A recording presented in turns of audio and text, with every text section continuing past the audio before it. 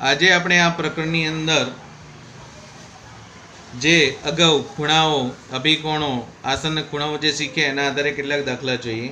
અહીં એક આકૃતિ આપેલી છે. આ આકૃતિમાં રેખા AB અને રેખા CD. આ AB રેખા છે, આ CD રેખા છે. O બિંદુ આગળ છેદે છે અહીંયા.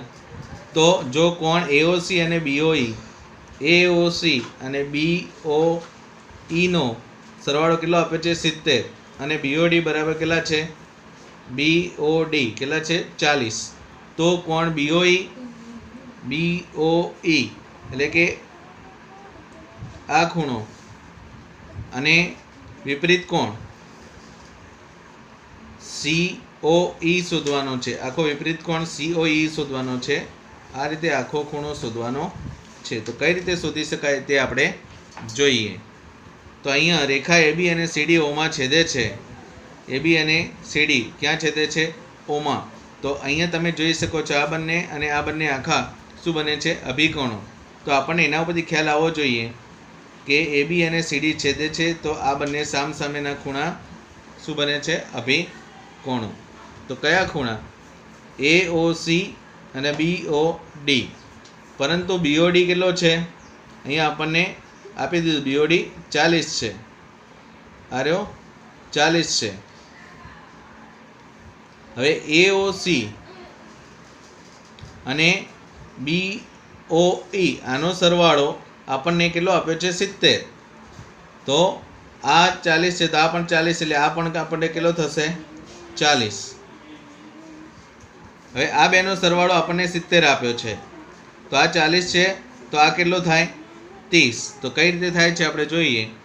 તો અહીં AOC બરાબર BOD અભિકોણો, પરંતુ BOD બરાબર કેટલા છે? BOD બરાબર 40 છે. માટે પક્ષ પ્રમાણે સામસામેના ખૂણા અભિકોણમાં સમાન થાય એટલે આ 40 છે તો આ પણ 40 થાય છે. માટે AOC બરાબર 40. હવે AOC વત્તા BOE બરાબર 70 જે ઉપર આપેલું છે. તો એની અંદર 40 કિંમત મૂકીએ તો 40 વત્તા કોણ BOE બરાબર 70. માટે BOE બરાબર કેટલા થાય? 40 જમણી બાજુ આવે એટલે માઇનસ થાય બરાબરની. તો 70 ઓછા 40 એટલે કેટલા થયા? 30. હવે કોણ AOC વત્તા BOE, AOC વત્તા BOE બરાબર 70 છે. હવે આની અંદર માટે BOD, AOC બરાબર શું લઈ શકાય? BOD. તો અહીંયા વત્તા BOE બરાબર કેટલા થાય? BOE 70. તો આ બેનો સરવાળો 70 થાય છે. હવે માટે કોણ EOD, EOD એટલે આ આખો ખૂણો કેટલો થયો? 70. હવે આપણે કયો શોધવાનો? તો આપણે અગાઉ કહ્યું હતું કે COD એ સરળ કોણ છે. તો COD સરળ કોણ છે એટલે આખો કેટલો થયો? 180. આપણે અહીંયા કયો ખૂણો હવે શોધવાનો છે? વિપરીત કોણ COE, COE એટલે કે આ આખો ભાગ આપણે શોધવાનો છે. તો આ 70 અને આ 180.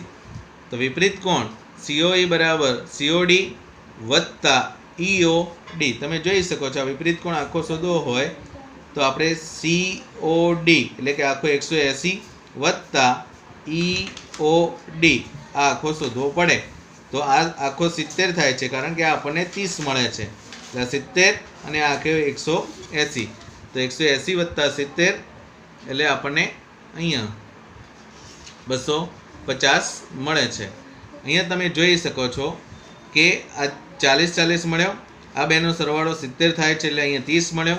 હવે આપણે વિપરીત કોણ શોધવો છે તો આ 180 માપ થાય છે અને આ બંનેનું માપ અહીંયા ટોટલ સરવાળો 70 થાય છે.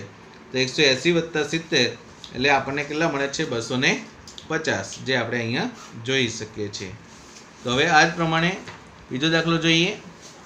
તો આપેલ આકૃતિમાં જો x વત્તા y બરાબર w વત્તા z હોય તો સાબિત કરો કે AOB રેખા છે. AOB રેખા છે એવું આપણે સાબિત કરવું છે. તો અહીંયા x વત્તા y આ બંને ખૂણાઓનો સરવાળો અને આ બંને ખૂણાઓનો સરવાળો સરખો થાય એવું આપણને આપ્યું છે. તો આપણને ખબર છે કે જ્યારે આખું વર્તુળ રચાય છે ત્યારે ચારે ખૂણાઓનો સરવાળો કેટલો થવો જોઈએ? 360. 180 એટલે 360. તો x વત્તા y વત્તા z વત્તા w બરાબર 360. હવે આપણને અહીંયા કહ્યું છે કે x વત્તા y બરાબર w વત્તા z. તો w વત્તા z જે છે એની જગ્યાએ આપણે શું મૂકી દઈએ? x વત્તા y. તો x વત્તા y તો છે જ, બીજા x વત્તા y મૂકી દીધા, બરાબર કેટલા થયા? 360. હવે શું કહે છે?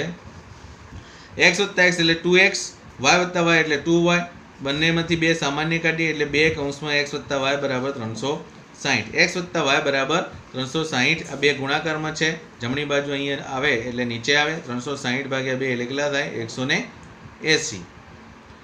હવે x એટલે કયો છે? COB અને y એટલે કયો છે? COA. તો આ બંને ખૂણાઓનો સરવાળો કેટલો થયો? 180. પરંતુ COB અને COA એ આસન્ન કોણ છે અને તેમનો સરવાળો કેટલો થાય છે? 180 થાય છે. માટે આપણે અગાઉ જોઈ ગયા આસન્ન કોણ પ્રમાણે એક જ રેખા બને તો 180 સરવાળો થાય. માટે પૂર્વધારણા 6.2 મુજબ AOB શું છે? AOB એ શું છે? રેખા છે. હવે આગળ દાખલો જોઈએ. તો અહીંયા આપેલ આકૃતિમાં રેખા XY અને MN ઓમાં છેદે છે. તમે જોઈ શકો છો આકૃતિ આપેલી છે, MN ઓમાં છેદે છે. POY બરાબર 90. POY આ કેટલો છે? 90 છે. અને A/B બરાબર કેટલા આપ્યા છે? 2/3. તો C શોધો. તો અહીંયા POX વત્તા POY બરાબર કેટલા? 180. આ રેખિક જોડના ખૂણા બનાવે છે. હવે POX POY આ 90 છે, એનો મતલબ કે આ POX આખો પણ કેટલો થયો? 90. તો અહીંયા તમે જોઈ શકો 90 બરાબરની આ બાજુ આવે એટલે માઇનસ થાય, માટે 180 માંથી 90 એટલે 90 વધે. હવે XOM અને MOP આનો સરવાળો કેટલો થાય છે? 90, કારણ કે બંને આસન્ન ખૂણા છે અને આ એનું એક સામાન્ય ભુજ છે. તો અહીંયા XOM વત્તા MOP બરાબર POX. POX આપણને અહીંયા કેટલો મળ્યો? 90. તો એ પ્રમાણે અહીંયા XOM તો એ શું છે? B છે અને MOP એ શું છે? A છે. તો આપણે અહીંયા જોઈ શકીએ છીએ કે XOM વત્તા MOP બરાબર POX. તો B વત્તા A બરાબર 90. વળી A/B બરાબર કેટલા આપ્યા છે આપણને અહીંયા? તો 2/3. તો એ પ્રમાણે A/B બરાબર 2/3. ગુણોત્તરોનો સરવાળો કરીએ તો 2 વત્તા 3 બરાબર 5 થાય. માટે A બરાબર કેટલા થાય? તો 2/5 ગુણ્યા 90. આ રીતે તમારે ગણતરી કરવાની છે. એ કેટલા અંશનો ખૂણો થાય છે તે શોધવાનું છે. તો એ બરાબર 2/5 ગુણ્યા 90 બરાબર 36 અને B બરાબર 3/5. અહીંયા 3 છે એટલે 3/5 ગુણ્યા 90 એટલે 54. તો એનો મતલબ કે એ ખૂણો કેટલાનો થશે? 36નો અને B ખૂણો કેટલાનો થશે? 54નો. હવે XOM અને XON તમે આકૃતિમાં જોઈ શકો છો. XOM અને XON એ રૈખિક જોડના ખૂણા બને છે. તો આપણે C ખૂણો શોધવો છે. તેનો મતલબ કે આ બે ખૂણાનો સરવાળો કેટલો થાય છે?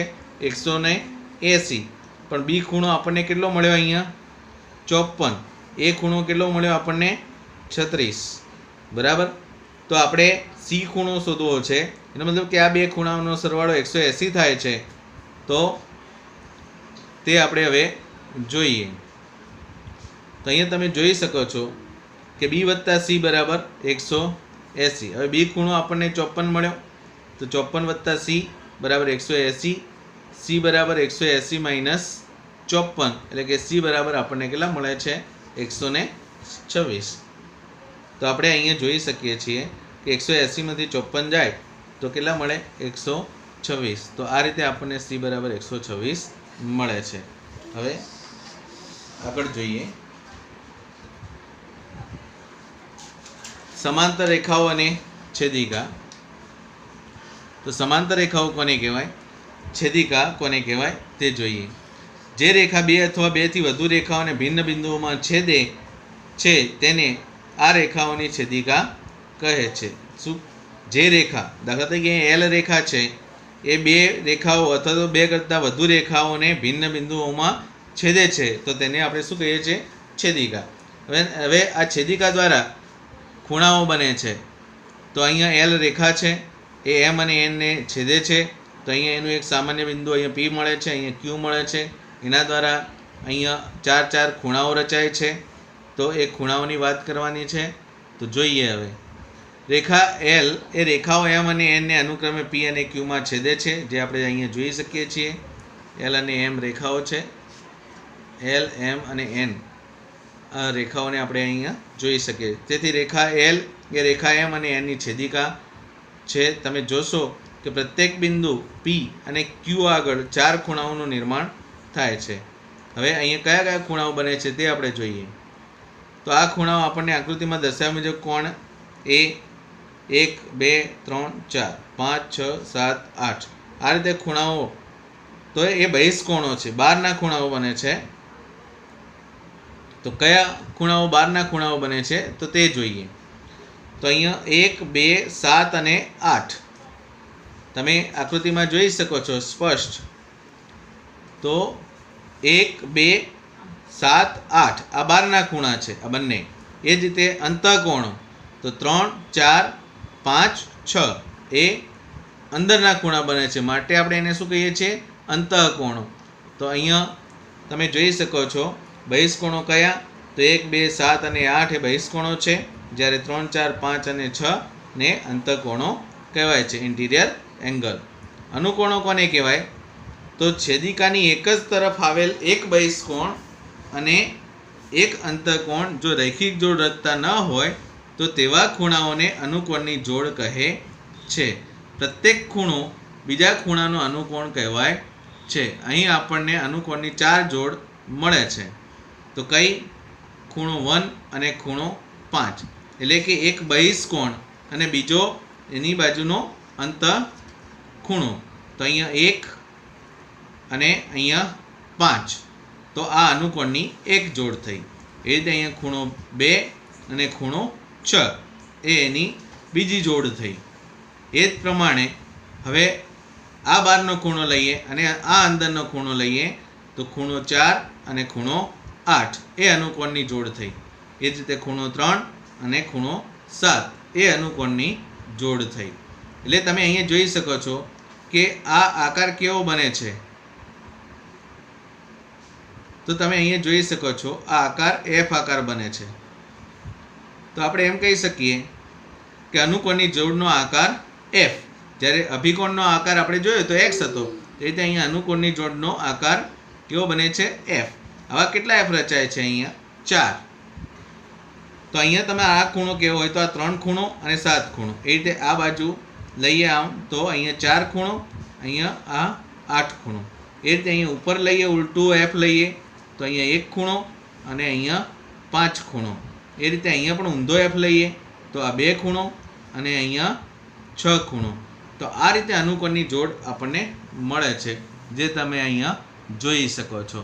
તો ખૂણો 1 અને ખૂણો 5, ખૂણો 2 અને ખૂણો 6, ખૂણો 4 અને ખૂણો 8 તથા ખૂણો 3 અને 7. હવે અનુકોણની જોડ થઈ. હવે અંતઃયુગ્મ કોણ કોને કહેવાય? તો તે આપણે જોઈ શકીએ છીએ કે છેદિકાની વિરુદ્ધ બાજુએ આવેલા બે અંતઃકોણો જો રૈખિક જોડ રચતા ન હોય તો તેવા ખૂણાઓને અંતઃયુગ્મ કોણની જોડ કહે છે. પ્રત્યેક ખૂણો બીજા ખૂણાનો અંતઃયુગ્મ કોણ કહેવાય છે. અહીં તમે જોઈ શકો છો 4 અને 6 અને 3 અને 5 એ અંતઃયુગ્મ કોણની જોડ રચે છે. 5 અને 6, 3 અને 4 એ અંતઃયુગ્મ કોણની જોડ રચે છે.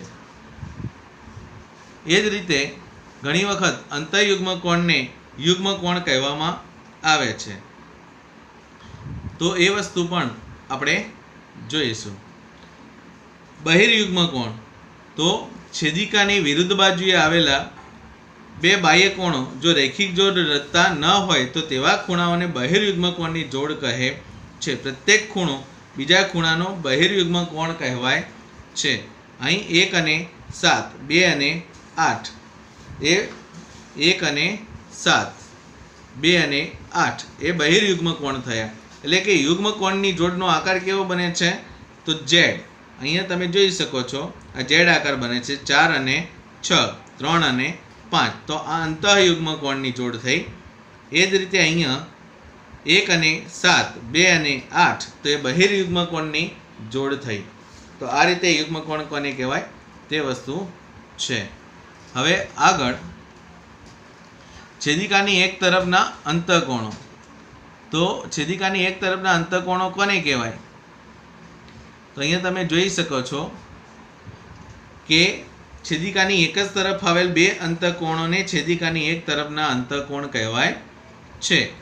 તો અહીં કોણ 4 અને કોણ 5 તથા કોણ 3 અને કોણ 6 છેદિકાની એક તરફના અંતઃકોણ છે. તો એક તરફના અંતઃકોણ જોઈએ તો અહીંયા તમે અંતઃકોણોનો આકાર કેવો બને? 4 અને 5. તો આ 4 અને 5 કેવો આકાર બને છે? સી આકાર. એ રીતે 3 અને 6 કેવો આકાર બને છે? સી આકાર. તો રેખાઓની છેદિકાથી બનતા અંતઃકોણોનો આકાર સી. એ જ રીતે છેદિકાની એક તરફના અંતઃકોણને અનુક્રમિત અંતઃખૂણા અથવા સંબંધિત કોણ અથવા સહ આંતરિક ખૂણા પણ કહે છે. તો આ ખાસ ધ્યાન રાખજો. અંતઃખૂણા છેદિકાની એક તરફના અંતઃકોણને અનુક્રમિક અંતઃખૂણા અથવા તો સંબંધિત કોણ અથવા સહ આંતરિક ખૂણા પણ કહેવાય છે. તો આ ધ્યાન રાખજો કે અભિકોણોનો આકાર x, અનુકોણોનો આકાર f, યુગ્મ કોણોનો આકાર z અને રેખાઓની છેદિકાથી બનતા એક તરફના અંતઃકોણોનો આકાર c છે.